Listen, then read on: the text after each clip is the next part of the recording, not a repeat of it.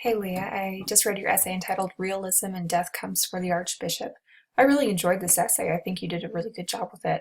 I'm happy to see you participating in class again. So let's look at this.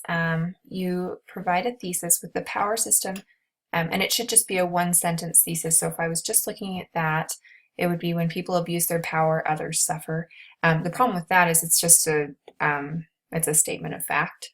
I mean, obviously, when people abuse their power, they're suffering. But if I were to put these two sentences together with the power system represented in the story, we see more clearly all the flaws that can happen when one believes they have power. When people abuse their power, others suffer. Then there's a little bit more.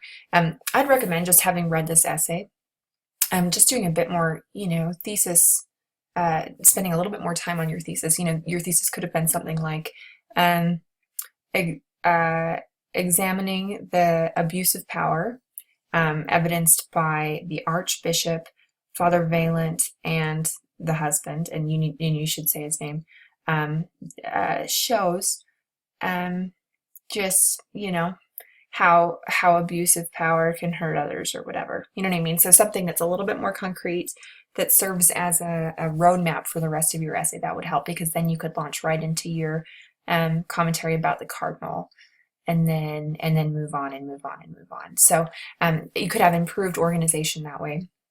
But I like your content. I think your content is very good per section.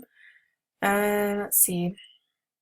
And then you have, okay, so you've got valent, and then move on to the husband, but you should have named him too. Okay, so I think that's really good, and then I really love your so what section and your conclusion. Looking at these examples, seeing this abuse makes the reader wonder what it is that we do to abuse what little power we have. Where could we help? And we heard instead this should cause introspection. I think that's great. I'm going to look at grammar and punctuation with you a little bit, because you need to spend a bit more time proofreading. In this book, in the book, the realist literary devices come out in several ways, but one in particular is how the power of others worked in that time and place. But you don't make a case for that. You don't really make a case for how things were at that time. You're more talking about attributes of people, or the way they abuse their power, and you don't really give it a time and a place. So again, just make sure that every word counts and that everything is building, your one central argument.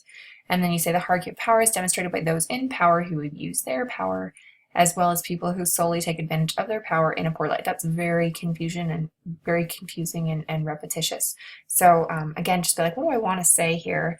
You could just say, people in this text so many people abuse their power in this text, period. You know what I mean? Like, just say what you're thinking, and it'll be even more clear. And then you have a we see. Make sure you maintain third person voice.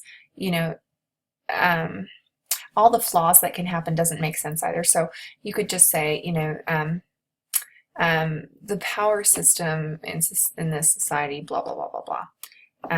But yeah, just work on your wording a little bit more. Let's look at how your MLA is.